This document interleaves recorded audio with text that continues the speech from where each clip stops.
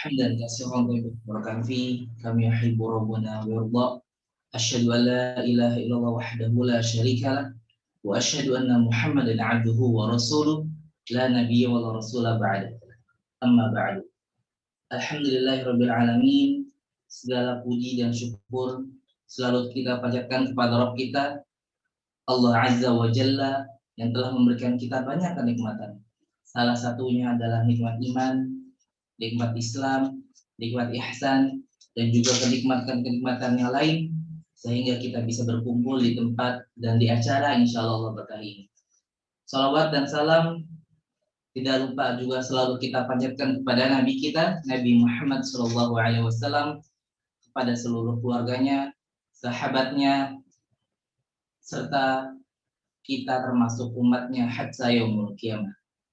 Sebelumnya saya ucapkan ahlan wa sahlan bikum wa jazakumullahu khairan kepada seluruh peserta akademi online yang telah menyempatkan waktunya di tengah-tengah kesibukannya. Semoga Allah Azza wa Jalla senantiasa memberikan kita semua rahmat, memberikan semua kita ilmu yang bermanfaat, dan memberikan kita amal-amal yang diterima. Amin Allahumma amin. Baik, kepada seluruh peserta Akademi Pendidikan Online yang dirahmati oleh Allah Azza wa Jalla, insya Allah pada hari ini merupakan pertemuan perdana kita atau pertemuan pertama kita untuk Akademi Pendidikan Online ini. Alhamdulillah bi ni'mati tatimmus shalihat. Allah telah memberikan kita banyak luangan waktu sehingga kita bisa menuntut ilmu bersama guru kita Al-Ustadz Rahmat Hidayat MPDI Hafidhullah Ta'ala. Baik, kepada seluruh peserta yang dirahmati oleh Allah Subhanahu wa Ta'ala, izinkanlah Ana untuk memberikan beberapa informasi terkait Akademi Pendidikan Online ini. Insya Allah Akademi Pendidikan Online ini akan berlangsung dan diisi langsung oleh guru kita Al-Ustadz Rahmat Hidayat MPDI Hafidhullah Ta'ala. Untuk materi yang sebelumnya sudah disampaikan oleh panitia, bisa sama-sama kita simak di perangkat kita masing-masing, insya Allah bismillah. Kemudian nanti insya Allah panitia juga akan memberikan materinya berupa slide yang nanti akan di-share oleh pihak panitia insya Allah. Insya Allah para hadirin yang dirahmati oleh Allah Azza wa Jalla, insya Allah pada pertemuan kita kali ini kita akan sama-sama untuk membahas modul pertama kita yang insya Allah dapat memberikan kita banyak manfaat. Kemudian insya Allah pada pukul 20.30 waktu Indonesia Barat akan ada pertanyaan dan kuis yang akan disampaikan langsung oleh guru kita Al-Ustadz Rahmat Hidayat MPDI Hafidhullah Ta'ala. Jika nanti ada pertanyaan ataupun diskusi seputar materi yang dijabarkan oleh guru kita, dipersilahkan, insya Allah nanti guru kita langsung yang akan menjawabnya. Baik, kepada seluruh hadirin yang dirahmati oleh Allah Subhanahu wa Ta'ala, sebelum kita memulai pertemuan perdana kita pada hari ini, hendaklah kita membaca doa terlebih dahulu agar Allah Subhanahu wa Ta'ala memberikan kita ilmu yang bermanfaat. Allahumma inni as'aluka ilman nafi'an wa rizqan thayyiban wa amalan mutaqabbalan. Baik, insyaallah kita akan sama-sama menyimak langsung pemaparan dari guru kita Al-Ustadz Rahmat Hidayat MPDI Hafidhullah Ta'ala. Falyatafadhal mashkura ya Ustaz.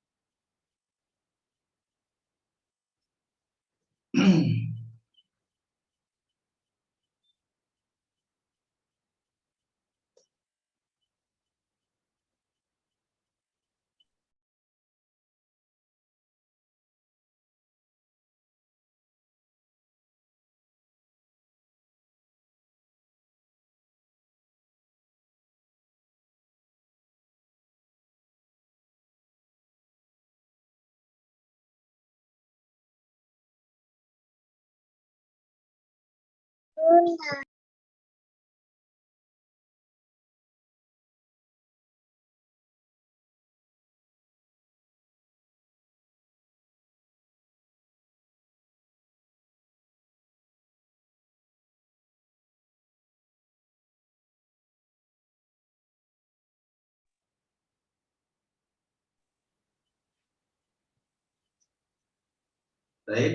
Bismillahirrahmanirrahim. Assalamualaikum warahmatullahi wabarakatuh. Innal hamdalillah nahmaduhu wa nasta'inuhu wa na'udzu billahi min sururi anfusina wa min sayyiati a'malina. Man yahdihillahu fala mudilla lahu wa man yudlil fala hadiya lahu. Asyhadu an la ilaha illallah wahdahu la syarika lah wa asyhadu anna Muhammadan abduhu wa rasuluhu amma ba'd. Qala Allah Ta'ala fil Qur'anil Karim, ya ayyuhalladzina amanu taqullaha haqqa tuqatih wa la tamutunna illa wa antum muslimun. Fa in asdaqal hadits kitabullah wa khair hadi Muhammad sallallahu alaihi wasallam wa syarrul umuri muhdatsatuha fa inna kulla muhdatsatin bid'ah wa kulla bid'atin dhalalah wa kulla dhalalatin finnar. Amma ba'd. Para peserta kuliah akademik pendidikan online yang dimuliakan oleh Allah Subhanahu wa taala. Yang pertama-tama kita bersyukur kepada Allah pada malam hari ini.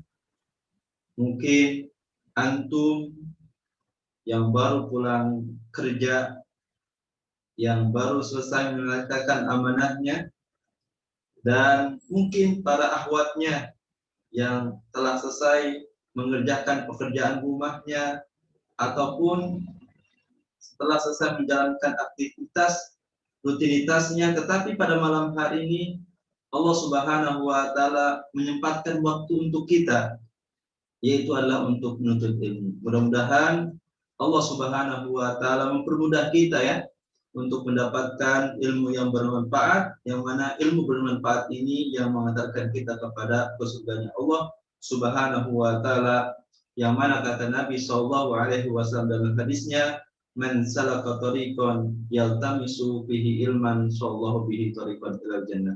Barang siapa yang menempuh suatu jalan dalam rangka menuntut ilmu, maka Allah Subhanahu wa taala mempermudah kita menuju surganya. Kemudian yang kedua, saya berterima kasih kepada seluruh panitia, dimulai dari Yayasan Hubus Sunnah Center, yang saya hormati juga kepada seluruh staf Tarbiyah Center, Lembaga Konsultan Pendidikan dan Parenting, yang terus serta mensukseskan acara ini, yang mana memanage acara ini, yang pada hari ini Allah Subhanahu wa taala mempermudah kita di hari perdana. Yang mudah-mudahan Allah mudahkan, Allah istiqomahkan, dan insya Allah kita akan mendapatkan ilmu yang bermanfaat. Langsung saja kepada para peserta kuliah apa yang dikatakan oleh Allah Subhanahu wa taala, di hari perdana kita, di hari Kamis dan di hari Senin tanggal 31 Oktober ini, alhamdulillah di kuliah perdana ini dengan modul kuliah kita yang pertama, yaitu metode efektif mengajarkan anak, insyaallah ya. Metode ini merupakan metode yang paling penting untuk kita sebagai guru ataupun orang tua. Ya, karena kenapa? Mungkin kita selama ini kebingungan menghadapi karakteristik anak yang berada di rumah, ya, yang berada di sekolah, yang mana mudah-mudahan ilmu ini bisa bermanfaat, ya, menjadi bahan ajar kita, menjadi bahan rujukan kita untuk mengajarkan anak-anak kita di rumah ataupun di sekolah. Maka dari itu, yang pertama adalah apa sih metode pendidikan itu? Metode pendidikan yang baik adalah dengan menanamkan pendidikan dengan metode-metode yang baik secara kuat dan kokoh sehingga mampu menjadikan kegiatan pendidikan dan pembelajaran yang efektif. Ya, jadi tujuan adanya metode pendidikan ini adalah yaitu untuk menjadikan metode-metode pendidikan yang kuat, ya, yang kita berikan nanti kepada peserta didik kita, yang kita berikan kepada anak-anak kita di rumah, yang kita berikan kepada anak-anak kita di sekolah. Karena pada dasarnya kita sebagai orang tua, kita sebagai guru, bukan hanya modal apa yang kita dapat selama ini di bangku sekolah kita, di bangku kuliah kita, tetapi ada hal-hal yang kiranya metode pendidikan yang belum kita dapati ataupun yang belum kita praktekkan, sehingga apa yang kita berikan kepada anak-anak kita, yang kita berikan kepada peserta didik kita ada kurangnya. Ya, maka dari itu insya Allah mudah-mudahan bekal ini menjadi modal ya untuk kita semuanya, ya, untuk memberikan terbaik. Kemudian yang selanjutnya adalah tujuan metode pendidikan adalah terciptanya perencanaan pendidikan yang merata, bermutu, relevan, dan akuntabel, sehingga menghasilkan mutu pendidikan yang baik. Ya. Jadi kalau kita mendidik anak-anak kita, tujuan dari metode pendidik ini adalah agar tersusunnya perencanaan pendidikan secara merata. Maka saya bilang kepada lembaga-lembaga pendidikan, maka saya bilang kepada seluruh orang tua murid, ya, kemudian kami bilang kepada orang tua, setiap orang tua, bahwa perencanaan pendidikan itu bukan hanya dimulai dari lembaga sekolahnya. Dari mana kita mulai? Yang pertama adalah dari yayasannya, kemudian yang kedua adalah dari sekolahnya, kemudian yang ketiga adalah dari SDM-nya, yaitu dimulai dari kepala sekolah, gurunya, staf-staf lainnya, kemudian peserta didiknya, kemudian orang tuanya. Kita berikan metode-metode berikan yang baik dari atasan sampai bawah. Nah, terkadang terjadi permasalahan-permasalahan di bawah, yang terjadi permasalahan-permasalahan pada anak kita, baik di rumah ataupun di sekolah. Kalau di sekolah, maka ada yang kurang pas dari metode pendidikan yang diberikan oleh lembaga yayasan, yang berakibatkan kepada sekolah, dan sekolah berakibatkan kepada guru-guru, dan guru-guru berakibatkan kepada peserta didiknya. Begitu juga kalau di rumah, kenapa ada permasalahan-permasalahan anak yang terjadi di rumah? Terkadang kita sudah baca buku ini, buku itu, terkadang kita sudah konsultasi sana kemari, tetapi hasilnya nihil, tetapi ada yang kurang untuk anak-anak kita di rumah. Nah, maka dari itu mungkin kita orang tuanya kurangnya metodologi pendidikan, yang sehingga ilmu-ilmu yang sudah baik yang ingin kita berikan tersampaikan kepada anak-anak kita. Ya, ini yang pertama adalah terciptanya perencanaan pendidikan yang merata. Kemudian adalah tujuan metode pendidikan adalah inginnya kualitas. Inginnya adalah mutu. Maka kalau kita ingin apa yang kita berikan kepada anak-anak kita mulai misalkan dari rumah. Apa sih yang menjadi kekurangan selama ini kita sebagai orang tua untuk anak-anak kita? Maka dimulai untuk metode pendidikan yang baik di rumah itu, yang pertama adalah kita buatkan yang namanya kurikulum. Ya, yang pertama kita buatkan kurikulum pendidikan di rumah yang baik. Sebelum kita mengajarkan yang namanya tauhid, sebelum kita mengajarkan Iqra anak-anak pada maghrib, sebelum kita mengajarkan Al-Quran, sebelum kita mengajarkan pendidikan agama, rutinitas setiap hari untuk anak-anak kita, maka yang pertama itu adalah metode pendidikan yang di dalamnya metode kurikulum yang kita harus siapkan terlebih dahulu. Kemudian yang kedua, setelah kita siapkan ya metode kurikulum yang baik yang kita terapkan di rumah, maka yang kedua adalah kita fungsikan dimulai dari kepala sekolah dan guru di rumah. Siapa itu kepala sekolahnya? Adalah ayahnya, merangkap sebagai guru. Kemudian guru partnernya adalah istrinya. Harus paham tuh bagaimana menghadapi karakter-karakter anaknya, harus paham tentang gaya belajar anak-anaknya, kemudian harus paham metode apa yang paling cocok untuk anak yang 1, 2, dan ketiga. Maka dari itu, ya SDM-nya, yaitu gurunya, ya kepala sekolahnya yang berada di rumah, ayah dan ibunya harus paham. Bagaimana harus paham? Yaitu harus paham ilmunya, harus tahu ilmunya. Bagaimana untuk tahu ilmunya? Belajar salah satunya dengan mengikuti kuliah ya akademik pendidikan online ini. Ya, sehingga ilmu-ilmu yang bermanfaat nanti bisa diamalkan, bisa terapkan untuk anak-anaknya di rumah. Ya, ini karena ini kita bahas dulu sebagai langkah awal agar orang tua ataupun guru-guru bisa memahami tentang apa sih dari tujuan metode pendidikan ini. Kemudian yang selanjutnya adalah setelah tadi adalah metode kurikulumnya, kemudian persiapan dari SDM-nya ayah dan ibunya. Kemudian yang ketiga adalah apa sih yang menjadikan kendala-kendala ataupun kita sebut dengan bimbingan konseling anak di rumah, apa sih yang menjadi bimbingan konseling untuk anak-anak di rumah.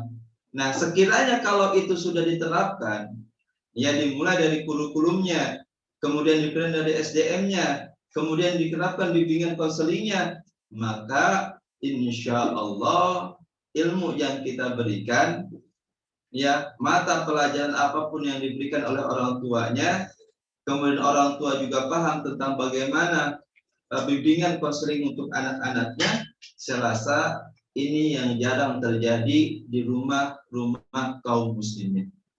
Ya, masih minimnya tentang hal ini, minimnya tentang metodologi pendidikan anak di rumah. Kemudian yang selanjutnya adalah bagaimana untuk kualitas ataupun mutu metode pendidikan di sekolah. Untuk tujuan metode pendidikan bermutu untuk di sekolah sama, yang dimulai dari manajemen kurikulumnya, manajemen pendidikannya, kemudian SDM-nya, ya, kemudian bimbingan konselingnya dan lain-lain sebagainya. Ya, kalau untuk sekolah saya rasa lebih banyak lagi ya indikator-indikator yang kita berikan. Tetapi intinya adalah kalau pendidikan kita ingin berkualitas dimulai di rumah, kalau ingin pendidikan kita berkualitas di sekolah, maka salah satunya adalah kita sebagai orang tua, kita sebagai para pendidik harus paham tentang tujuan metode pendidikan itu sendiri. Kemudian sehingga menghasilkan mutu pendidikan yang baik, nggak mungkin akan menghasilkan anak-anak kita yang berkualitas kalau memang dimulai dari muaranya tidak berkualitas. Tidak mungkin peserta didik kita lulusan dari sekolah TK, SD, SMP, SMA tidak mungkin berkualitas, tidak mungkin bermutu. Memang dari yayasannya, dari SDM-nya tidak bermutu. Ya, maka satu kesatuan untuk menuju tujuan pendidikan, metode pendidikan yang berkualitas, maka saya bilang dimulai dari atas, tidak boleh mulai dari bawah. Jangan terbalik. Terkadang kita memikirkan peserta didik. Kita selalu memikirkan tentang anak kita di rumah. Terkadang kita harus memikirkan peserta didik, tapi tidak pernah memikirkan apa yang harus kita mulai dari tujuan metode pendidikan yang baik untuk anak-anak kita di rumah ataupun di sekolah. Kemudian yang selanjutnya adalah metode mendidik dengan kelembutan, ya. Sebelum itu kita metode efektif manajemen, ya. Yang selanjutnya adalah metode efektif manajemen. Agar manajemen kita menjadi baik, ya, agar metode manajemen kita menjadi sesuai apa yang kita harapkan, maka hal-hal harus diperhatikan oleh kita sebagai orang tua dan guru. Yang pertama adalah harus adanya perencanaan, ya. Jadi yang pertama adalah perencanaan. Kita mulai, ya, ini bagaimana nih untuk kurikulum kita yang kita akan terapkan di rumah. Kemudian bagaimana nih visi misinya, seperti apa yang kita buat kurikulum kita di rumah. Kemudian outputnya apa yang kita buat nanti dari kurikulum kita yang dibuat di rumah. Kita buat visi misi, tujuan dan lain sebagainya, kita buat dalam bentuk perencanaan, baik di sekolah, baik di rumah. Kalau sudah terencana, kalau sudah terprogram, ini modal yang pertama, agar metode-metode efektif manajemen ini yang dimulai dari atas sampai bawah itu bisa berjalan dengan baik. Karena perencanaan dan program yang jelas. Jangan mengharapkan sekolah kita akan bermutu, jangan mengharapkan sistem pendidikan di rumah kita bermutu kalau memang asal mengajar SDM-nya di sekolah. Jangan mengharapkan mutu anak-anak kita siang malam mengajarkan anak kita, pagi, sore, dan lain sebagainya, tetapi hanya sekedar capek saja, tetapi hasilnya nol. Karena kenapa? Karena memang asal yang kita berikan untuk anak-anak kita tidak terprogram, tidak terperencana. Maka dimulailah dari sekarang, buatlah program-program kita yang terencana, program-program kita yang benar-benar sesuai apa yang kita inginkan. Kemudian yang kedua, metode efektif manajemen yang kedua adalah perorganisasian. Ya, perorganisasian ini sangat penting. Karena kenapa? Karena ini adalah urutan yang kedua dari perencanaan yang kita buat. Ya, mungkin perorganisasian ini kita anggap sepele, tetapi ini adalah hal yang terpenting kedua yang harus kita buat, yang harus kita miliki, yang harus kita jalankan. Tidak mungkin akan terencana tanpa terorganisasi dengan baik. Jadi bagusnya program, bagusnya perencanaan kalau memang sudah terorganisasikan dengan baik. Maka poin yang kedua ini sangat penting. Kemudian yang ketiga adalah penggerakan.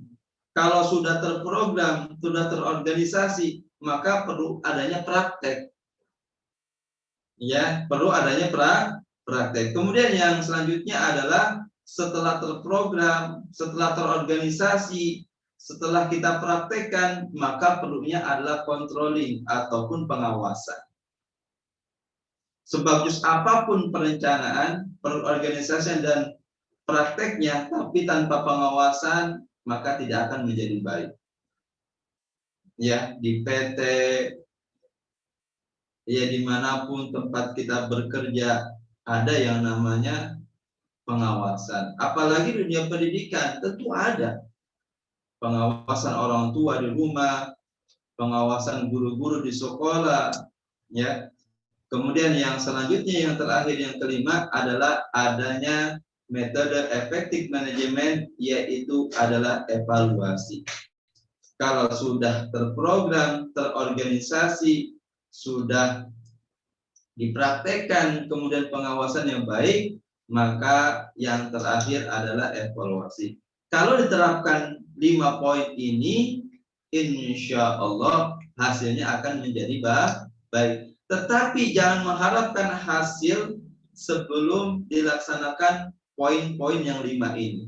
Sekali lagi, jangan mengharapkan hasil apa yang kita inginkan untuk anak-anak kita, peserta didik kita, kalau poin-poin metode efektif manajemen ini tidak bisa kita laksanakan dengan baik. Kemudian yang selanjutnya adalah ada beberapa metode-metode untuk mendidik anak kita, untuk mendidik peserta didik kita di sekolah, di lembaga manapun, ya TK, SD, SMP, SMA dan lain sebagainya, maka Nabi Shallallahu Alaihi Wasallam ya menjelaskan di dalam hadis-hadisnya. Allah Subhanahu Wa Taala menjelaskan di dalam Al-Quran apa sih metode-metode yang baik. Metode-metode apa yang dicontohkan oleh Rasulullah Shallallahu Alaihi Wasallam yang sehingga kita sebagai orang tua metode ini kita bisa praktekkan kepada anak-anak kita di rumah dan di sekolah. Ya, karena berkaitan tentang konsep metode pendidikan itu banyak hal yang dijelaskan oleh Nabi kita Muhammad Shallallahu Alaihi Wasallam. Karena kenapa? Karena profesi Nabi kita Muhammad Shallallahu Alaihi Wasallam adalah sebagai guru. Mana dalilnya? Nabi Shallallahu Alaihi Wasallam bersabda, "Innama bu'istu mu'alliman." Tidaklah Allah Subhanahu Wa Taala mengutusku kecuali aku menjadi seorang guru. Jadi guru yang terbaik adalah Nabi kita Muhammad Sallallahu Alaihi Wasallam. Masa iya Nabi kita Muhammad Sallallahu Alaihi Wasallam tidak paham yang namanya metode-metode untuk mengajarkan anak yang baik? Tentu, karena beliau Nabi kita Muhammad Sallallahu Alaihi Wasallam dan Nabi kita yang paling terbaik, yaitu umat Islam, maka banyak sekali konsep-konsep pendidikan nabawiyah, metode-metode pendidikan yang telah dijelaskan oleh Nabi kita Muhammad Sallallahu Alaihi Wasallam. Apa itu? Yang pertama adalah metode mendidik dengan kelembutan.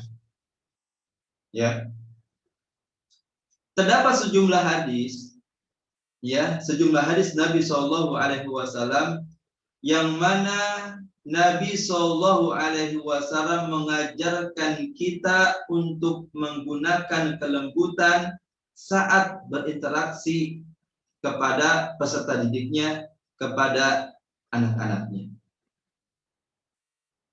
Dalam hadis Nabi Shallallahu Alaihi Wasallam mengatakan, "An Aisyah radhiyallahu anha jauzin Nabi Shallallahu Alaihi Wasallam qalat." Qala Rasulullah sallallahu alaihi wasallam, "Innallaha yuhibbur rifqa fil amr kullihi." Rawahul Bukhari. Dari Aisyah radhiyallahu anha, istri Nabi sallallahu alaihi wasallam, semoga Allah meridai beliau, berkata, Rasulullah sallallahu alaihi wasallam bersabda, sesungguhnya Allah mencintai kelembutan dalam segala hal. Ya. Jadi inilah dalil dari hadis Nabi Shallallahu Alaihi Wasallam yang diriwayatkan oleh Al-Bukhari, bahwasanya Nabi Shallallahu Alaihi Wasallam sangat mencintai yang namanya kelemah lembutan dalam segala hal. Di dalam satu riwayat disebutkan, ketika Nabi Shallallahu Alaihi Wasallam sholat, lihat Hasan dan Husain, cucunya Nabi Shallallahu Alaihi Wasallam, berada di pangkuannya Nabi Shallallahu Alaihi Wasallam. Terkadang sekali ketika Nabi Shallallahu Alaihi Wasallam sholat, berada di pundaknya, berada di pangkuannya. Nabi Shallallahu Alaihi Wasallam tidak ada satu patah pun untuk memarahi cucu-cucunya. Kenapa seperti itu? Karena Nabi tahu tentang metode-metode pendidikan untuk anak, metode-metode efektif untuk pendidikan anak. Terkadang kita terlalu jauh, para peserta kuliah yang dikenal oleh Allah, terkadang kita terlalu jauh untuk mengambil konsep-konsep pendidikan. Kita ambil dulu dari dunia barat. Wah, metode-metode pendidikan ini dari Oh, yang pertama dari ini, dari itu dan sebagainya. Padahal Nabi Shallallahu Alaihi Wasallam banyak sekali menjelaskan kepada umatnya bagaimana memberikan metode-metode yang baik untuk peserta didik ataupun untuk anak. Maka yang kita kenalkan ada yang namanya tahapan-tahapan fase perkembangan anak. Dimulai dari fase atufulah. Fase atufulah itu 0 sampai 2 tahun. Kemudian dari 2 tahun sampai 7 tahun. Kemudian yang kedua adalah fase at-tamyiz, yaitu umur 7 tahun sampai 14 tahun. Kemudian fase al-murahaqah 14 tahun sampai fase balik. Kemudian fase balik ya dimulai ya sekitar dari umur 15 tahun. Dan kemudian fase syabab yaitu fase dewasa ataupun remaja. Nabi Shallallahu Alaihi Wasallam menjelaskan kepada kita. Nabi Shallallahu Alaihi Wasallam menerangkan kepada kita. Nabi Shallallahu Alaihi Wasallam secara gamblang menjelaskan tentang konsep pendidikan yang mana di dalamnya ada metode-metode yang baik untuk mengajarkan anak yang dijelaskan dalam hadisnya kepada kita.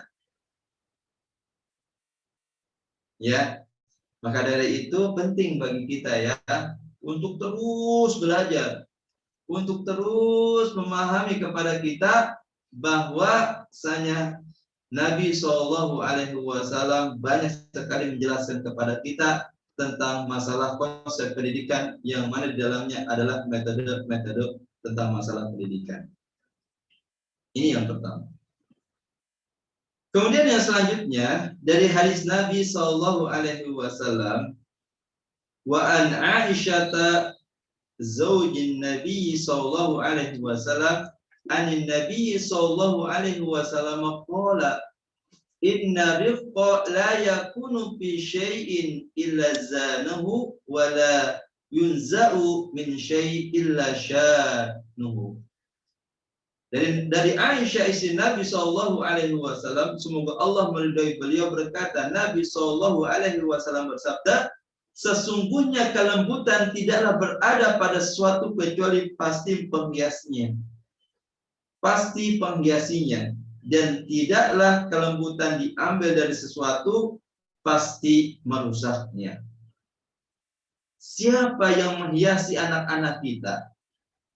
Siapa yang menghiasi anak-anak kita di sekolah?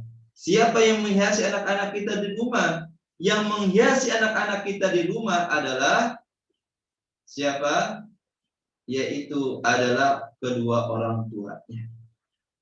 Yang menghiasi anak-anak kita di sekolah adalah guru-gurunya.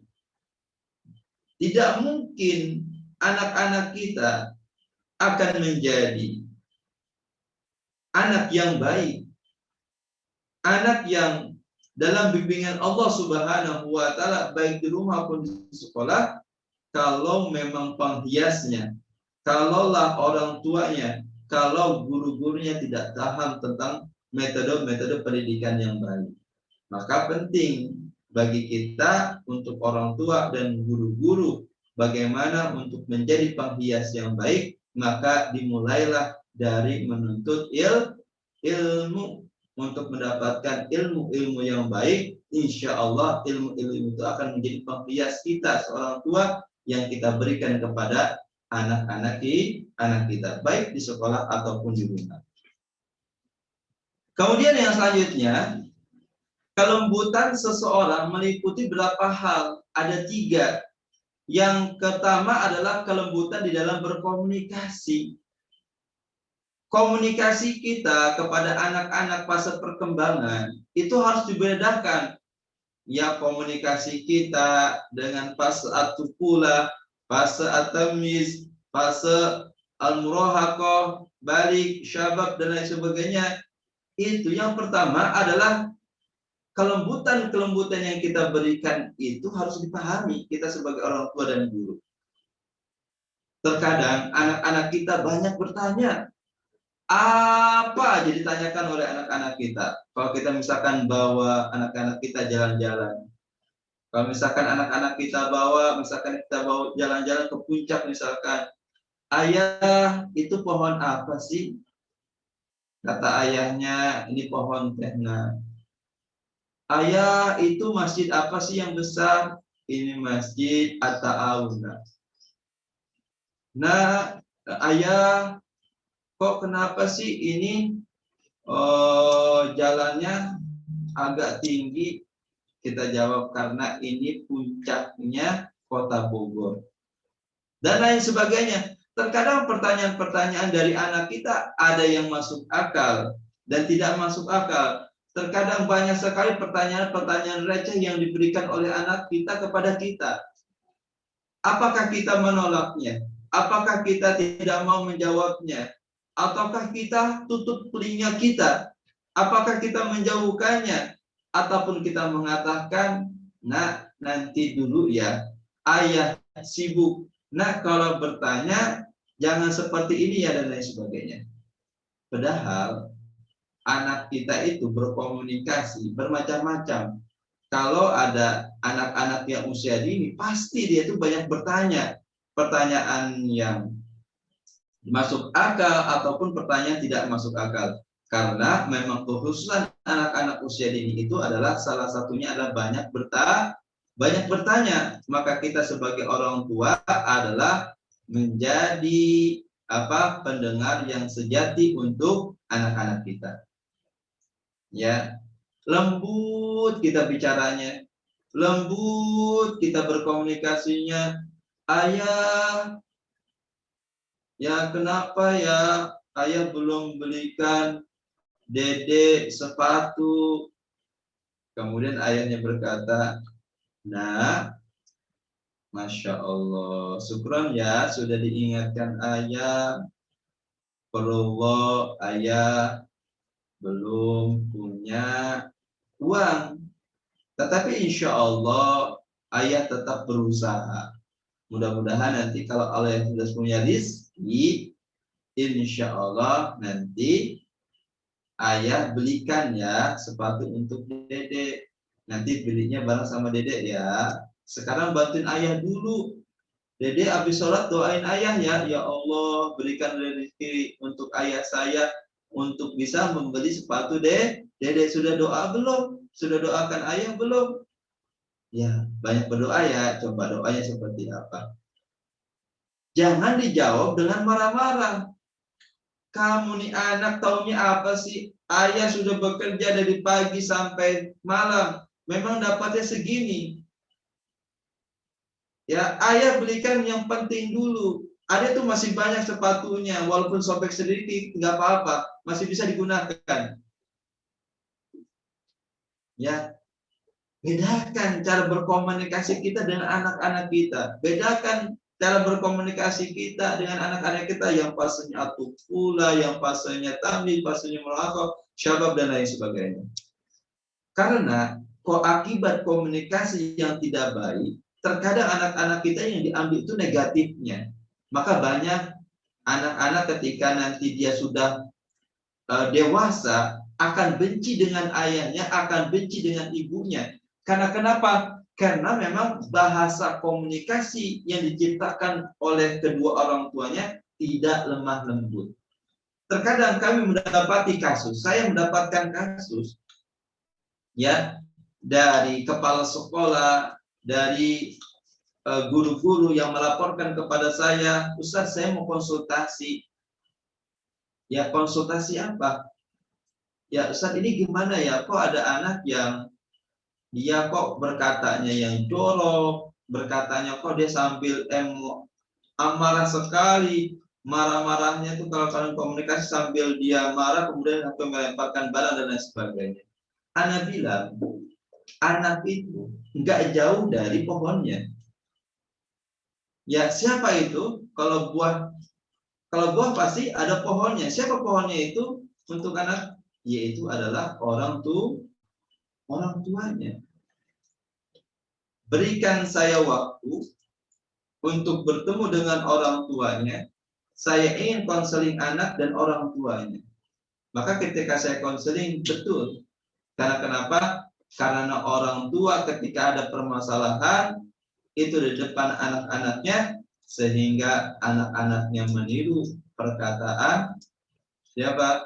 Perkataan ayah dan ibunya yang sedang marah-marah, yang sedang ada permasalahan keluarga dan lain sebagainya, sehingga ditiru dan dipraktekkan oleh anak-anaknya dengan temannya di rumah ataupun teman-temannya di sekolah. Maka kelemah lembutan itu sangat penting dalam berkomunikasi.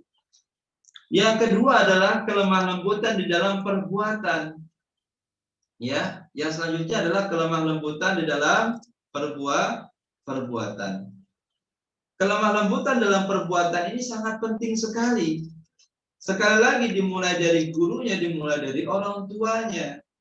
Maka kalau bersikap orang tua itu kepada anak-anaknya, jangan sampai lupa selalu tersenyum kepada anaknya. Masya Allah, mumtaz nih. Anak ayah mumtaz. Masya Allah, ini anak soleha, ayah ini mumtazah, pinter ya. Sudah hafal Al-Quran, sudah hafal surat An-Naba. Masya Allah, 2 jempol nih. Ya, terkadang anak-anaknya dirangkul, dipeluk dengan kasih sayang, dicium keningnya dan lain sebagainya untuk mendapatkan kehangatan dari ayahnya, dari ibunya, sehingga anaknya merasa nyaman dan lain sebagainya. Kalau anak-anaknya berbuat salah, melanggar syariat dan lain sebagainya, bukan ringan tangan memukulnya, menendangnya dan lain sebagainya, tetapi yang lebih banyak adalah memberikan contoh. Ketika anaknya misalkan si kakak memukul adiknya, tidak langsung ringan tangannya seorang ayah untuk memukul anaknya, menendang anaknya. Begitu juga ibunya, walaupun capek bangun dari pagi, bangun sebelum subuh, ngurus rumahnya, beres ini, beres itu. Ketika anaknya nangis, ketika anaknya ada yang berkelahi antara adik dan kakaknya, tidak ringan tangan juga, tidak marah-marah juga, dan lain sebagainya. Tetapi dia paham bahwa ini adalah anak. Apa yang dikatakan? Nah, Allah itu maha tahu. Allah itu sangat sayang kepada kita. Ya, kalau kakak menyakiti adik juga berbuat salah kepada kakak, nanti Allah nggak sayang kepada kita. Kakak mau disayang tidak sama Allah? Mau. Adik mau disayang sama Allah, maka takut ya sama Allah. Karena Allah maha tahu. Adik, karena Allah maha tahu. Adik tahu ya, bahwa Allah maha tahu, bahwa Allah sayang kepada kita. Kita harus sayang ya, saling menyayangi ya. Coba kakaknya dipeluk adiknya, ya, dimulai dari adiknya minta maaf. Kak, minta maafin adik ya. Adik tadi ngejek kakak. Ya adik, kakak juga minta maaf. Ya, kakak takut berdosa nanti kakak dimasukin neraka misalnya. Nah ini penting bagi kita tanamkan tauhid aplikatif, sehingga ketika ada permasalahan dari perbuatannya langsung kita berikan tauhid aplikatif ini, karena sangat penting sekali. Kemudian yang ketiga adalah kelembutan di dalam mendidik. Ya, kelembutan di dalam mendidik. Apapun itu bentuknya. Ya, kita mendidik anak-anak kita dimulai dari sebelum tidur. Ya, anak soleh dan soleha, ayah dan ibu berwudu dulu ya. Ya, nanti sebelum tidur apa dulu? Berwudu dulu ya. Saya kan kakak, berwudu dulu kakak. Adik, berwudu dulu. Ya, ayah, ya ibu. Sudah wudunya, sudah ayah, ibu. Nah, sekarang jangan sampai lupa ya. Doa mau tidurnya. Apa doa mau tidurnya? Masya Allah, pintar banget ya. Sudah hafal ya, Masya Allah. Kakak, jadi adiknya nih, adiknya belum hafal doa mau tidur. Bareng-bareng ya. Biar Allah nanti ketika adik dan kakak bobok, dijaga sama Allah. Enggak digodain syaitan ya, Masya Allah.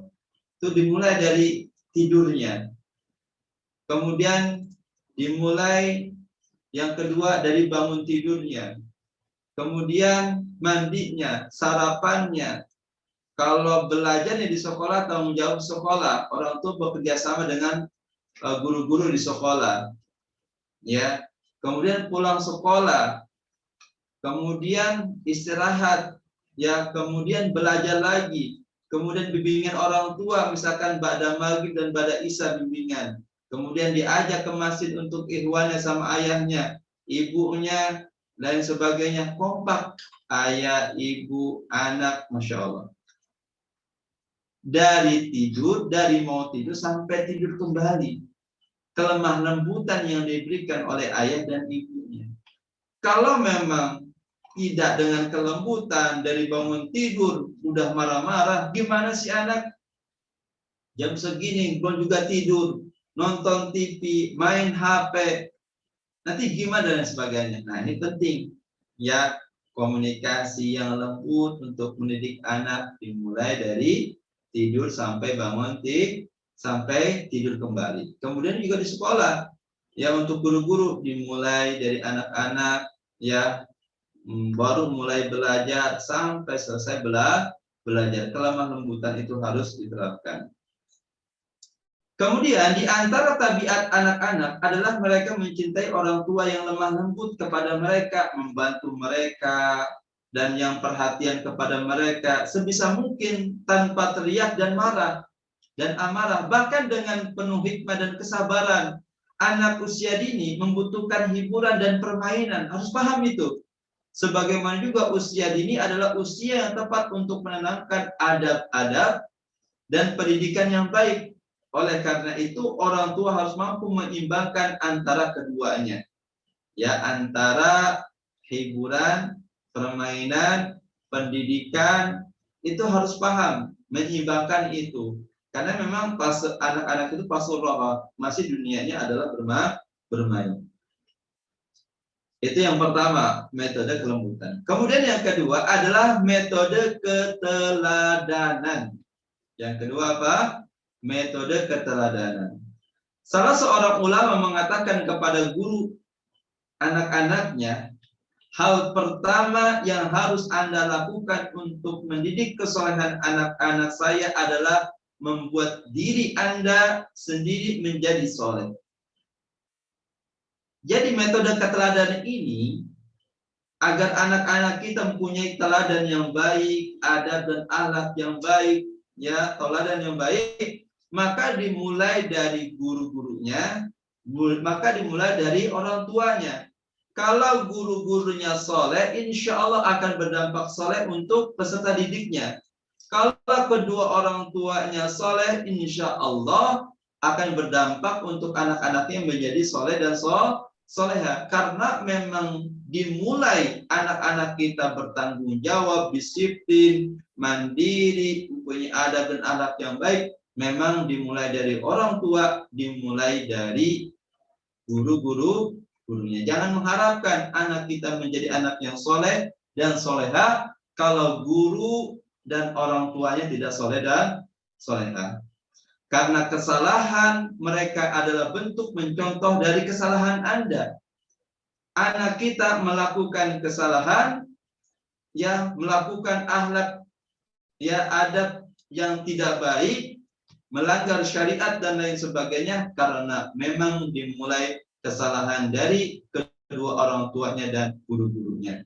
Hanya perbuatan baik saja yang harus Anda lakukan, dan tinggalkanlah perbuatan yang jelek di hadapan mereka. Jangan sekali-kali membuat ataupun anak-anak kita melihat hal-hal yang buruk, hal-hal yang tidak pantas dilihat oleh anak-anak kita, dilihat oleh peserta didik kita. Dari keteladanan yang harus perhatikan adalah, yang pertama adalah guru dan orang tua menjadi contoh yang baik. Yang kedua adalah berkata dan berbuat baik. Yang ketiga adalah tidak terang-terangan maksiat di depan anak. Sekali lagi, dari keteladanan yang harus perhatikan adalah guru dan orang tua menjadi contoh yang baik. Yang kedua adalah berkata dan berbuat yang baik. Yang ketiga tidak terang-terangan maksiat di depan anak. Kemudian yang ketiga adalah metode pendidikan karakter. Metode pendidikan karakter sangat penting di dalam dunia pendidikan. Salah satunya adalah pendidikan karakter iman. Yang pertama, ajarkan tentang penciptaan. Nah, siapa menciptakan manusia? Allah, ayah. Siapa menciptakan hewan? Allah. Siapa menciptakan tumbuhan? Allah. Siapa menciptakan gunung nih? Gunung Salak siapa menciptakan? Allah. Gunung gede? Allah. Siapa menciptakan matahari? Allah. Ya, kita kenalkan bahwasanya penciptaan segala apa yang berada di dunia ini, manusia, hewan, tumbuhan, gunung, langit dan sebagainya, anak kita tuh paham bahwa yang diciptakan adalah Allah. Kemudian metode pendidikan karakter iman yang juga kita terapkan adalah tentang surga dan neraka. Ya, tentang surga dan neraka. Oh, Masya Allah, anak soleh, sudah baca Iqra ya, adik ya, Masya Allah. Kalau baca Iqra, nanti masuk apa? Suka Masya pintar ya. Kalau suka sholat, nanti dimasukkan Allah kemana ya? Ke surga, Masya Allah. Kalau adik nggak marah-marah, dimasukkan apa? Surga. Iya, kata ustazah aku kan ditega, la tagdob walakal jannah. Jangan marah, bagimu surga. Gitu ayah. Kata Nabi, jangan marah, bagimu surga. Oh, Masya Allah, adik udah pinter ya. Jadi kalau kita berbuat baik, kita rajin sholatnya, rajin ibadahnya sama Allah, nanti dimasukkan ke surga. Ya, kalau misalkan kita enggak sholat, masuk apa? Masuk neraka ya? Iya, Masya Allah, udah pinter ya. Ya, nanti kalau misalkan adiknya, kakaknya, terkadang pemahaman anak usia dini, fase tanggi, fase balik itu berbeda-beda tentang konsep surga dan neraka. Nah, kita memberikan posisi surga dan neraka sesuai dengan tahap-tahapannya. Karena kalau kita jelaskan surga dan neraka, ya tidak sesuai dengan levelnya, anak-anak itu nggak paham. Ya, karena kenapa? Karena butuh komunikasi yang baik, butuh pemahaman yang bisa dicerna oleh anak-anak sesuai dengan tahapan-tahapannya. Tetapi salah satu metode pendidikan karakter yaitu karakter iman, memang kita harus di dalamnya kenalkan tentang penciptaan, tentang surga dan neraka dan lain sebagainya sesuai dengan levelnya, tahapan-tahapan perkembangan anak. Kemudian yang selanjutnya adalah metode mendidik anak ya dalam pandangan Islam. Yang pertama adalah metode pembiasaan diri.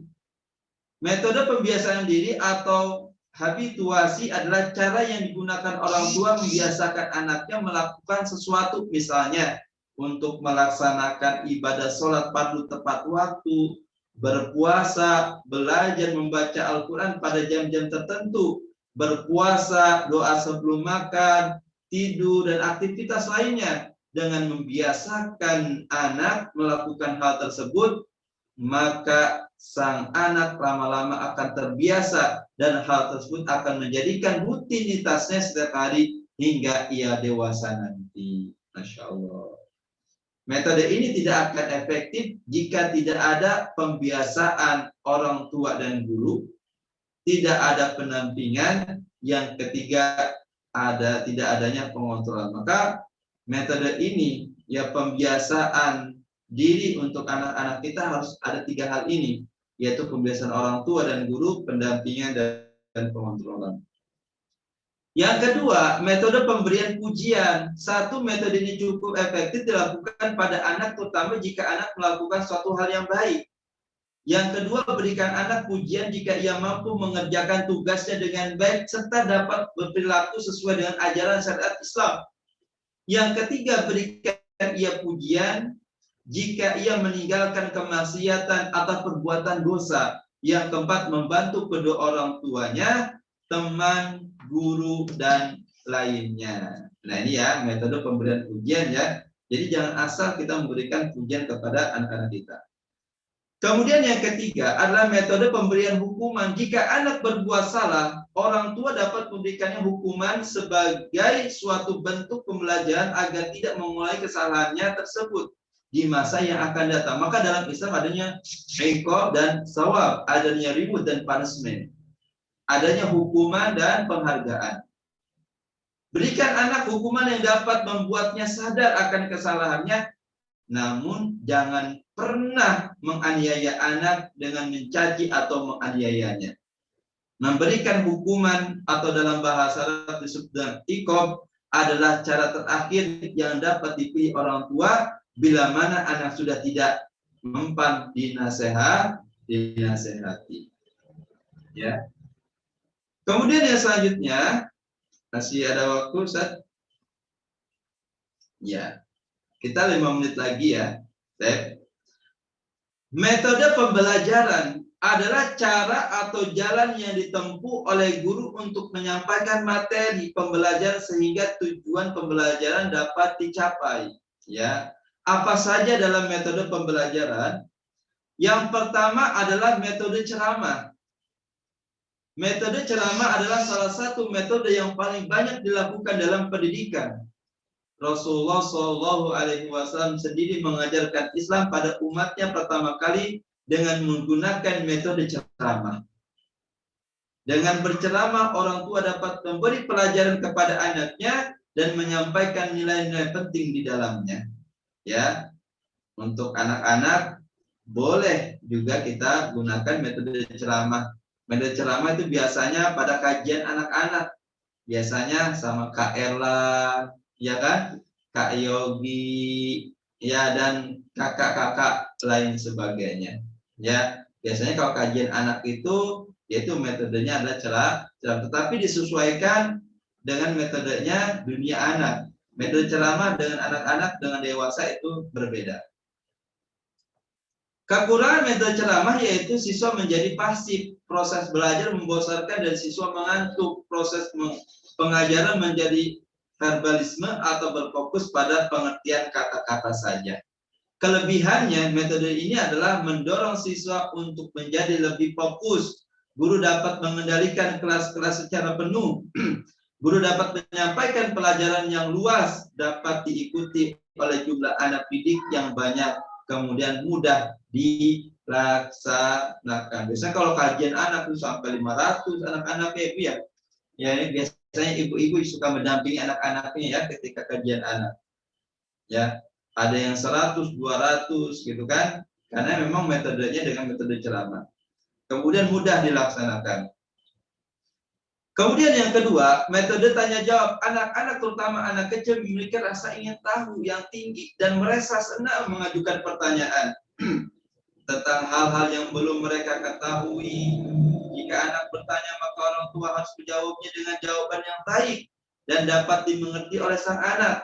Cara bertanya jawab ini juga merupakan salah satu cara efektif dalam pembelajaran dan termasuk cara yang dianjurkan sebagaimana yang tercantum dalam firman Allah Subhanahu wa taala dalam surat An-Nahl ayat 43 yang berbunyi wa ma arsalna min qablika illa rijalan nuhiya ilaihim fas'alu ahla dzikri in kuntum la ta'lamun. Dan kami tidak mengutus sebelum kamu kecuali orang-orang yang lelaki yang kami beri wahyu kepada mereka, maka bertanyalah kepada orang yang mempunyai pengetahuan jika kamu tidak mengetahui. Surat An-Nahl ayat 43. Jadi yang kedua setelah metode ceramah adalah metode tanya jawab. Ya, terkadang kalau anak-anak usia TK, metode tanya jawab itu salah satu metode pembelajaran yang sangat efektif juga. Ya, karena memang anak-anak untuk kosakatanya dan pemahaman memang masih minim.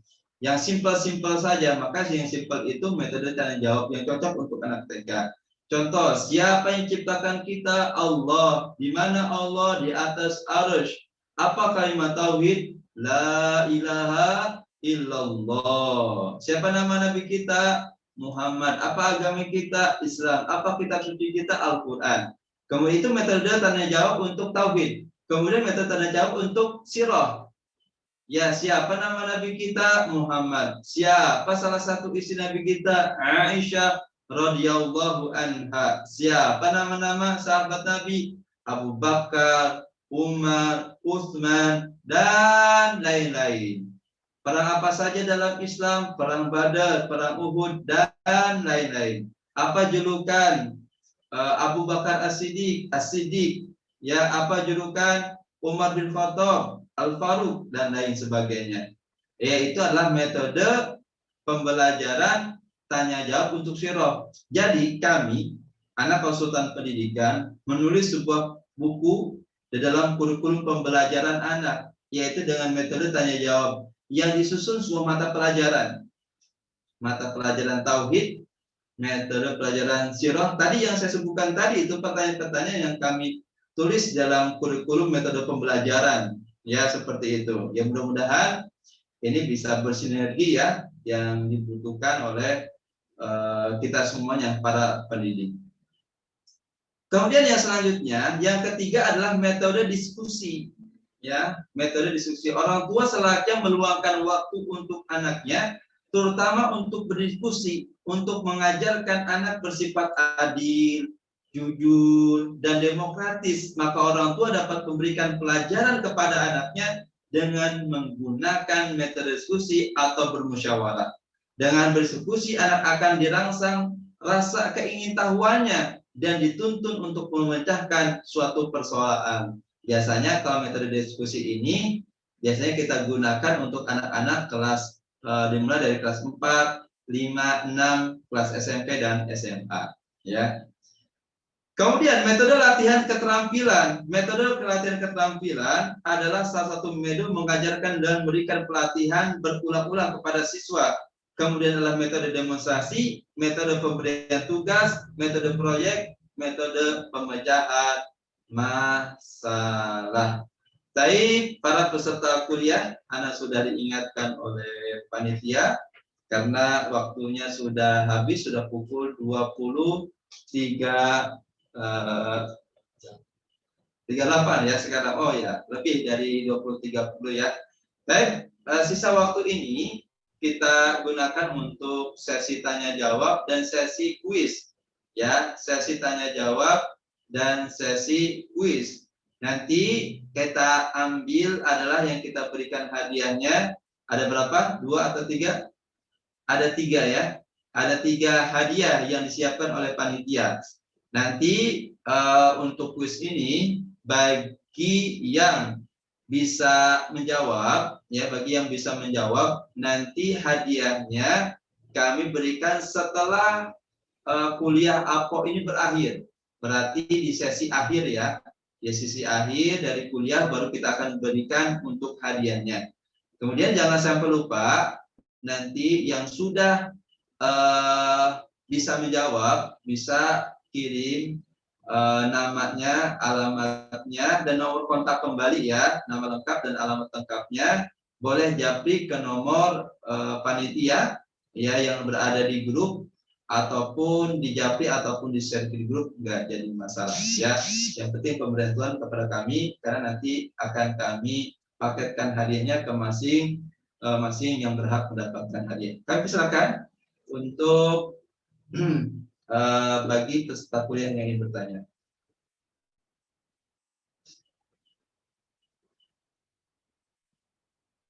Ya, bisa melalui chat kolom komentar untuk pertanyaannya, bisa bertanya langsung. Kami persilakan. Boleh melalui chat kolom komentar ataupun bertanya langsung. Kami persilakan.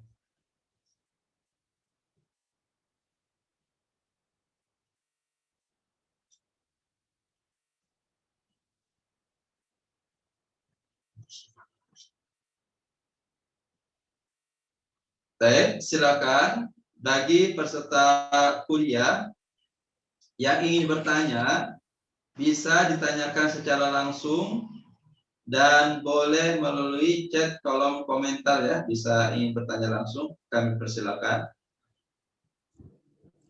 Assalamualaikum warahmatullahi wabarakatuh. Waalaikumsalam warahmatullahi wabarakatuh.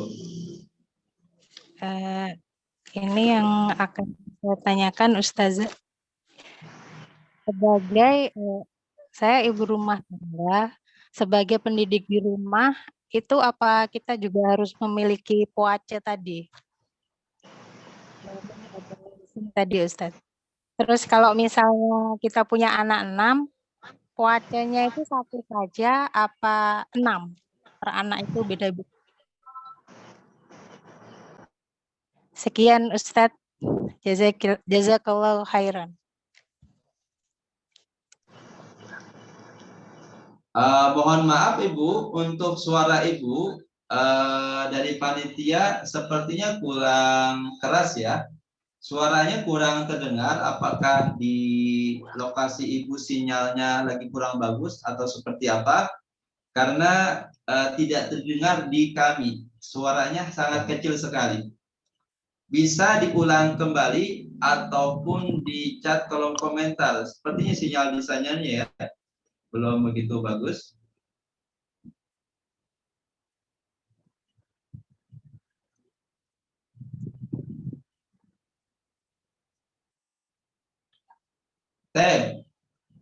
Sambil menunggu sinyal dari pertanyaan pertama, mungkin kita buka dulu untuk menjawab pertanyaan dari kolom komentar.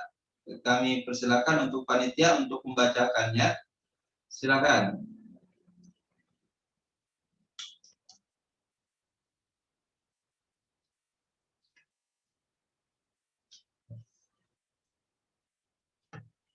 Di sini ada pertanyaan. Pertanyaan yang pertama adalah, sebagai pendidik di rumah, apakah perlu puas ya? Ya, untuk pendidikan di rumah ataupun di sekolah ini sangat diperlukan ya. Ini sangat diperlukan karena itu bagian dari metode efektif manajemen.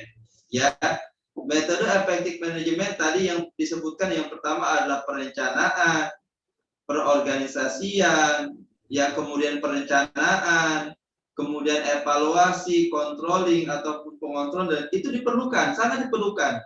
Dimanapun, di rumah apalagi, itu sangat diperlukan. Justru di rumah itu metode efektif manajemen sangat diperlukan. Ya, kemudian di sekolah, kemudian dimanapun kita menerapkan metode-metode ini untuk anak-anak kita atau peserta didik kita, metode efektif manajemen ini sangat-sangat dibutuhkan, apalagi di rumah itu sangat dibutuhkan.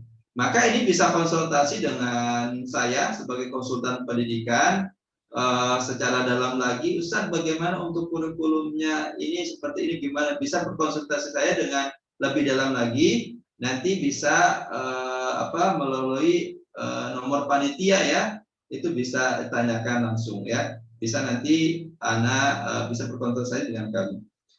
Kemudian yang selanjutnya adalah bismillah, begini Ustaz, saya mengajar di sebuah lembaga pendidikan. Jadi masalahnya adalah ketika wali santri tidak bisa diajak bekerja sama dengan baik oleh sekolah, sedangkan anaknya yang termasuk ke dalam barisan terbelakang, baik adat maupun nilainya. Bagaimana cara mengatasi hal ini Ustaz? Nah, ini pertanyaan sangat bagus sekali. Sangat bagus sekali. Di lembaga pendidikan tidak cukup yang namanya manajemen pendidikan. Tidak cukup yang namanya manajemen kurikulum. Tidak cukup yang namanya manajemen komunikasi. Tidak cukup yang namanya manajemen SDM. Tidak cukup yang namanya manajemen administrasi. Ada yang banyak belum diketahui oleh lembaga pendidikan, salah satunya adalah manajemen konflik. Manajemen konflik itu yang pertama adalah kita buatkan kurikulum bimbingan konseling. Di situ ada indikatornya, di situ ada standar kompetisi dasarnya. Indikatornya misalkan bullying. Indikatornya misalkan 2 anak berkata jorok. Indikatornya yang ketiga adalah anak memukul. Indikator yang selanjutnya adalah anak bermain musik atau nyanyi-nyanyi dan lain sebagainya. Kemudian SKKD-nya apa? Standar kompetensi dasarnya apa?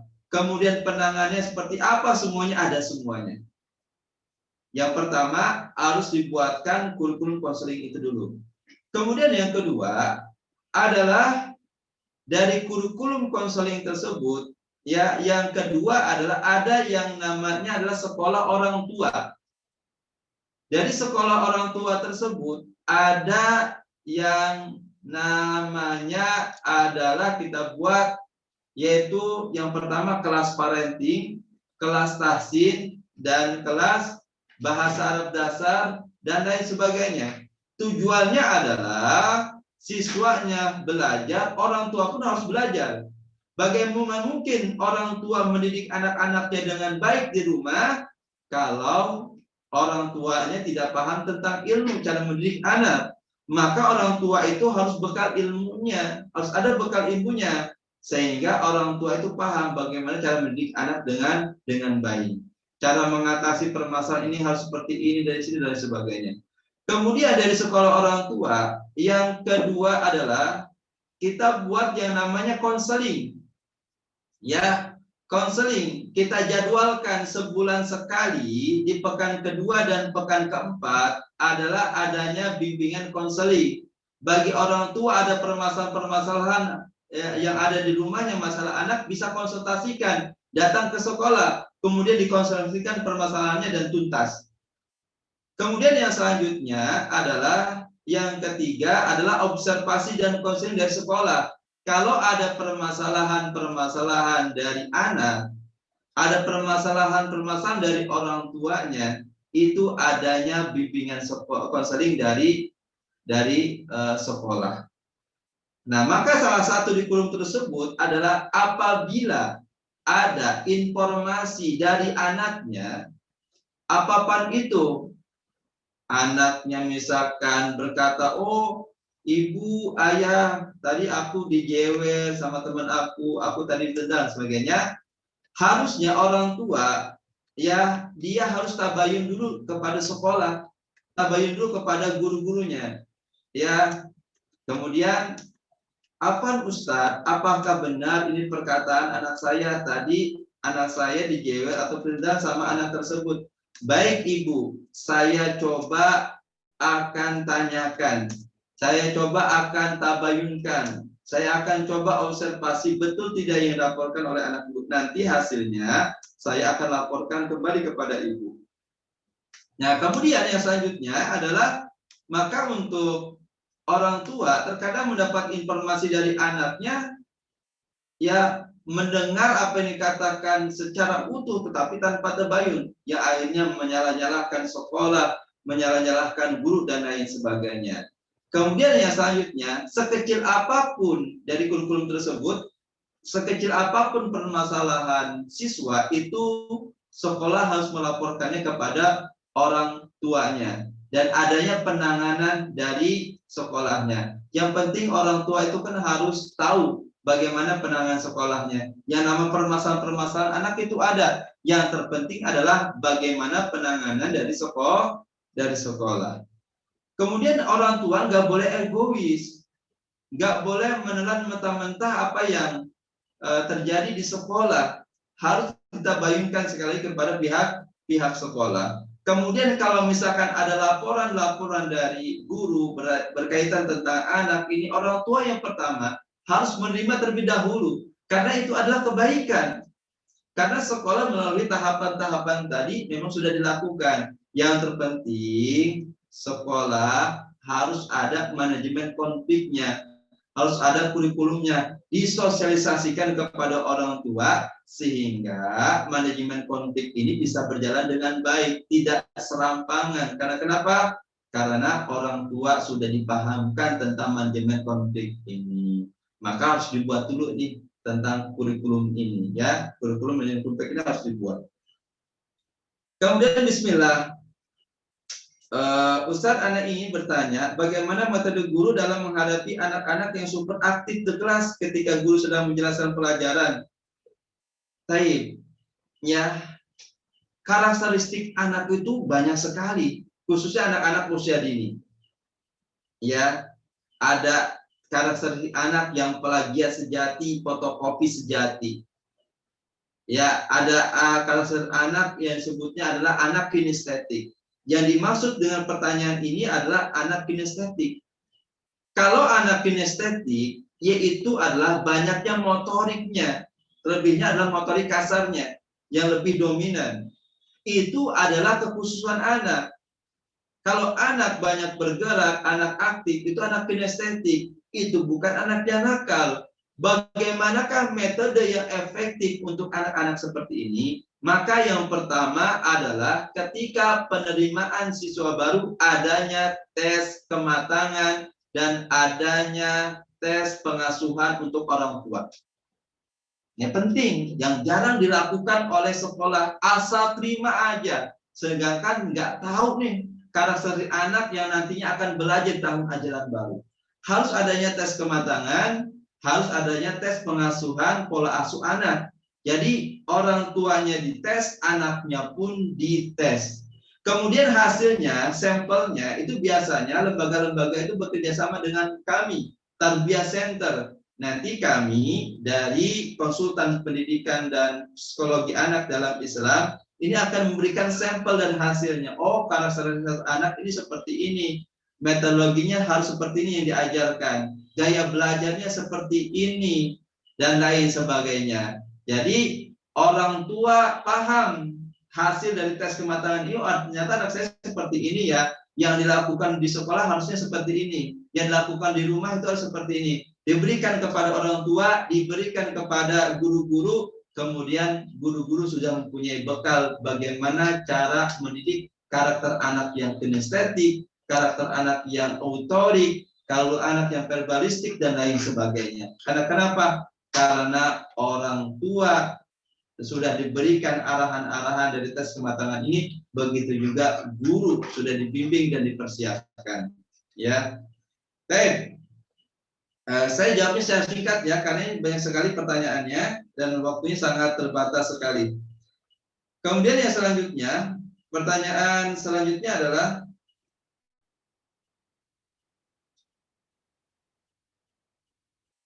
Bismillah Ustadz, izin mau bertanya bagaimana metode dalam pengajaran bagi anak yang tantrum. Nah, ini penting sekali ya. Bagaimana metode dalam pengajaran bagi anak yang tantrum. Salah satu yang menyebabkan anak tantrum itu, ya, yang pertama adalah karena faktor kelelahan. Yang pertama adalah dari faktor kelelahan. Dari faktor kelelahan itu ada berapa penyebabnya. Yang pertama adalah orang tua memaksakan yang mendidik untuk anak. Contoh, anak-anak SD pulangnya misalkan jam 4 sore. Sudah pulang jam 4 sore, ya, itu anak-anak pulang sampai rumah udah langsung privat lagi. Sudah langsung privat, ya selesai sampai maghrib. Habis maghrib anak-anak itu belajar sama orang tuanya. Sudah belajar sama orang tuanya, belajar mandiri pada Isya dan sebagainya. Anak itu juga harus mengerti tentang kondisinya. Tidak boleh kita masukkan semuanya. Yang kalau kita masukkan semuanya, hasilnya juga nanti masuk kuping kanan, keluar kuping kiri. Anak dulu pengalaman. Anak ini anak pondok pesantren dahulunya. Anak dulu belajar, mohon maaf, anak belajar dulu dari pukul 7 pagi, anak belajar kemudian sampai 10 malam. Nah, kemudian banyak yang lelah, banyak para santri itu memang pada waktu itu bisa hafal ini, bisa itu, tetapi cepat lupanya, cepat ininya. Kemudian dirubah lagi metodenya, belajarnya, yaitu dari pukul 7 sampai pukul jam 1 siang. Dan para santri ada istirahat siangnya. Ternyata para santri itu lebih menerima ilmunya lebih nyangkut dibandingkan dengan belajar di pustadi. Apalagi anak-anak usia dini, apalagi anak-anak tingkat TK, apalagi anak tingkat SD. Nah, harus dipahami, karena anak itu butuh proses, dan anak itu bukan mie instan, yang harusnya kita jejeli ini, dan anak pun ada tahap-tahapan yang harus kita berikan, dan ada porsinya yang kita berikan. Kemudian yang selanjutnya adalah yang terakhir ya, karena waktunya terbatas, ya yang terakhir, mohon maaf tidak bisa saya jawab semuanya ya. Di sini adalah Ustadz, semoga Allah menjaga Ustadz dan keluarga, amin ya Allah.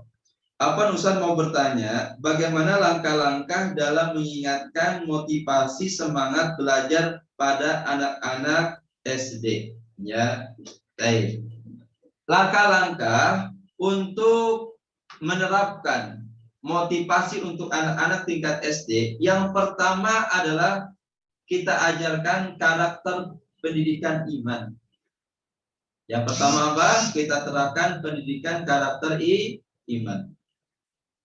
Kalau sudah karakter iman yang kita bentuk, kalau karakter iman yang kita latih, motivasi belajarnya untuk anak-anak, motivasi untuk anak melaksanakan ibadah, motivasi anak-anak melakukan apa yang diperintahkan oleh Allah, motivasinya karena Allah.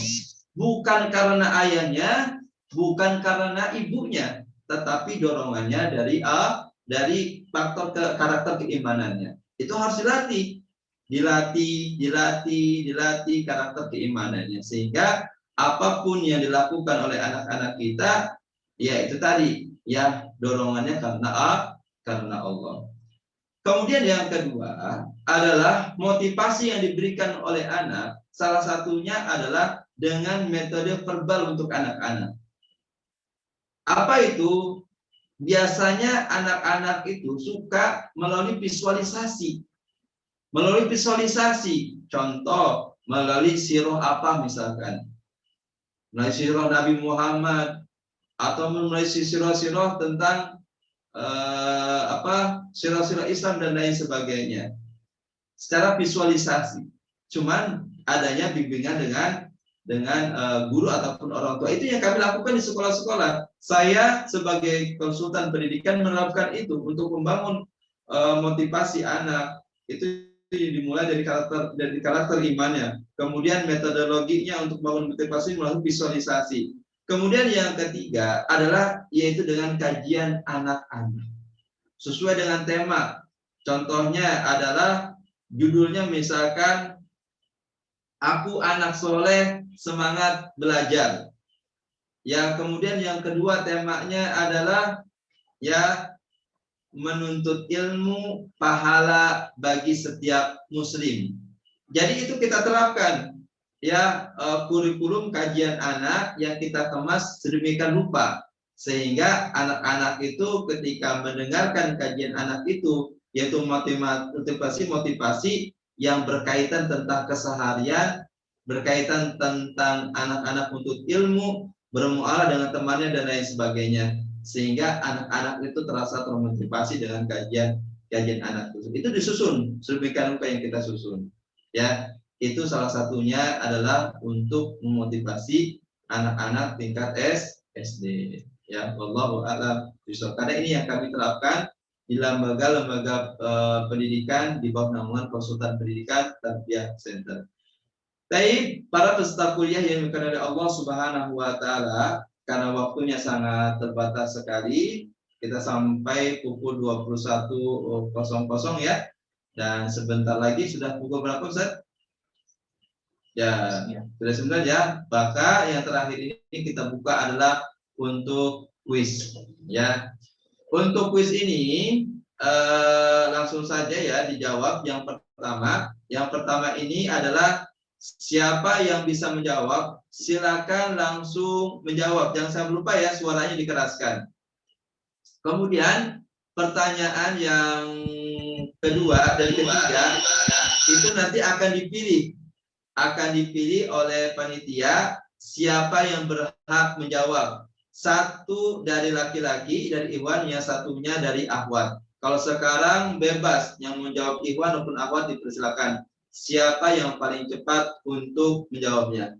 Menjawabnya boleh dari modul kuliah yang kita berikan atau pemahaman sendiri dari penjelasan tadi yang Anda sampaikan ya. Baik. Pertanyaannya adalah jelaskan tentang metode keteladanan.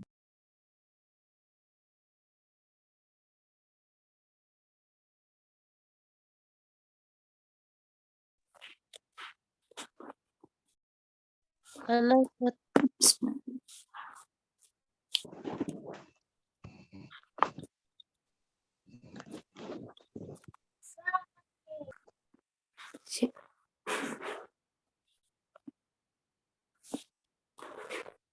Nah, silakan untuk menjawab.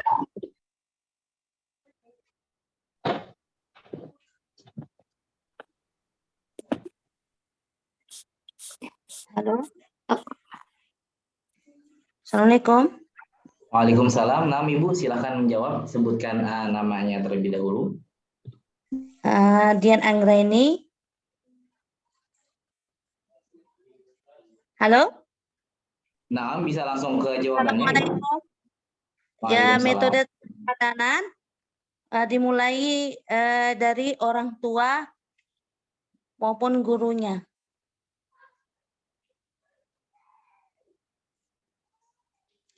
Ya. Metode keteladanan itu dimulai dari orang terlebih dahulu, dari orang tuanya. Ahsanti. Kemudian ada tambahan lagi?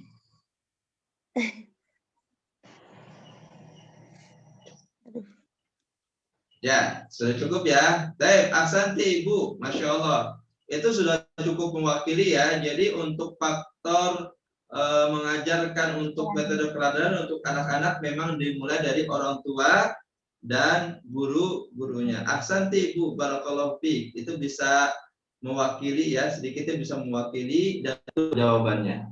Baik, yang selanjutnya adalah pertanyaan selanjutnya nanti dipilih oleh panitia, dimulai dari ikhwannya terlebih dahulu.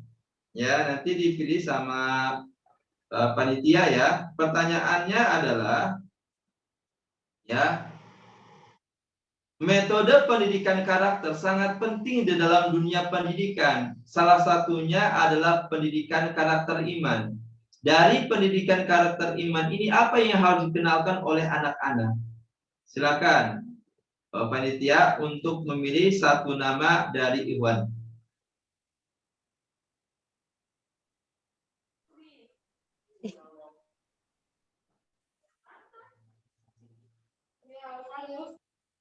Ya, silakan panitia tadi memberitahukan kepada kami yaitu Muhammad Ihsan Sidik. Tafadhol untuk menjawabnya. Muhammad Ihsan Sidik. Tafadhol untuk menjawabnya. Jadi metode pendidikan karakter yang sangat penting di dalam dunia pendidikan, salah satunya adalah pendidikan karakter iman.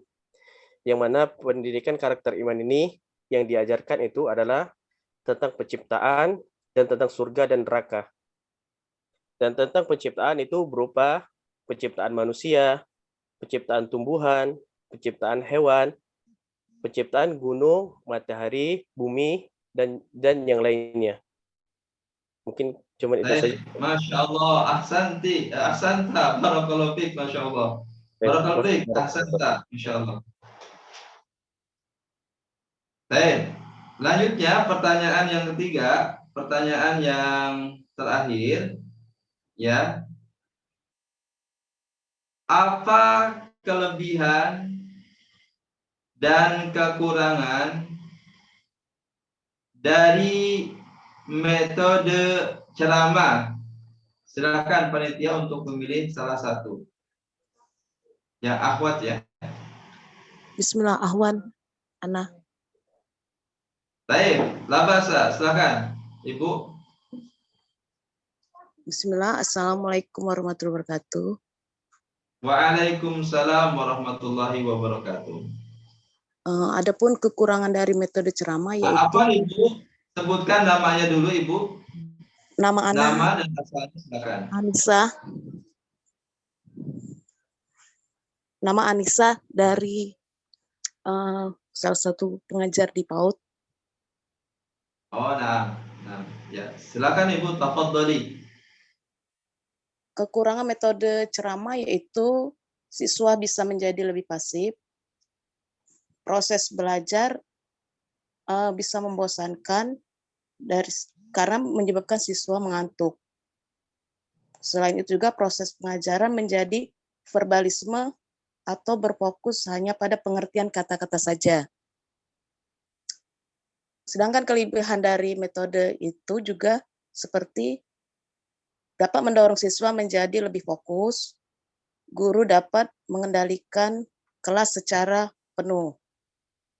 Selain itu juga guru dapat menyampaikan pelajaran yang lebih luas lagi dan dapat diikuti oleh jumlah anak didik yang banyak sehingga mudah dapat dilaksanakan bersama-sama. Demikianlah. Assalamualaikum warahmatullahi wabarakatuh. Waalaikumsalam warahmatullahi wabarakatuh. Masya Allah, ahsanti Ibu, barakallahu fiik, Masya Allah, ahsanti. Ya, baik, dengan berakhirnya kuis ini, karena sudah 3 ya yang kami berikan untuk kuisnya. Sekali lagi, tadi saya diinformasikan oleh panitia untuk nama-namanya yang berhak tadi mendapatkan hadiah di akhir ya, nanti kami akan berikannya hadiahnya. Nanti kirimkan nama lengkap ya, kemudian alamat lengkap dan nomor WA-nya ya. Bisa ke nomor panitia yang digunakan untuk pendaftaran peserta kuliah atau ke nomor yayasan ya, di nomor yang Indosat, yaitu yang kami bisa informasikan informasi dari panitia.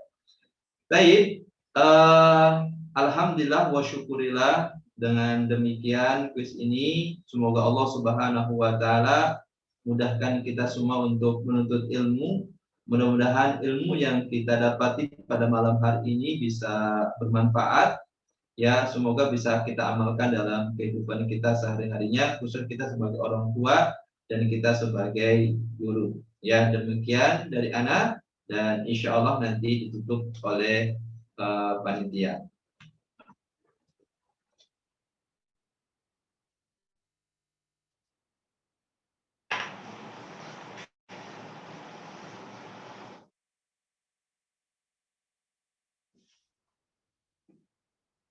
Baik, alhamdulillahirrabbilalamin. Mari sama-sama kita bersyukur kepada Allah atas pertemuan kita pada hari ini yang telah disampaikan oleh guru kita, dosen kita, Al-Ustaz Ahmad Hidayat MPD Hafizahullah Ta'ala. Semoga ilmu yang telah beliau sampaikan dapat bermanfaat untuk kita, keluarga kita, maupun masyarakat pada umumnya. Baiklah, kepada seluruh peserta Akademi Pendidikan Online pada hari ini, insya Allah kita telah menyelesaikan sesi pada pertemuan pertama ini, yang insya Allah ilmu ini dapat bermanfaat dan dapat kita implementasikan maupun kita aplikasikan dalam kehidupan kita sehari-hari. Dengan berakhirnya sesi tanya jawab dan juga kuis yang sudah disampaikan oleh Ustaz Ahmad Hidayat, maka berakhir pula pertemuan kita pada hari ini. Ana ucapkan barakallahu fikum wa jazakumullahu khairan atas kesediaan waktunya, atas kesediaan materi dan juga kesediaan atas waktu luang yang telah Allah berikan kepada kita semua.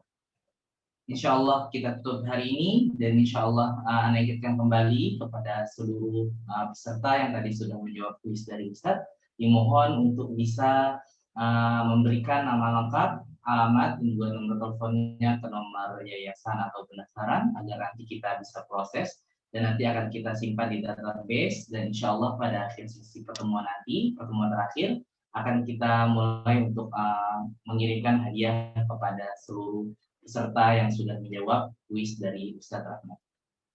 Baik, kepada seluruh peserta, Untuk mengakhiri acara pada malam hari ini, mari kita tutup bersama-sama dengan doa kafaratul majlis. Subhanallah bihamdika, asyhadu an la ilaha illa anta, astaghfiruka wa atubu ilaik. Wassalamualaikum warahmatullahi wabarakatuh.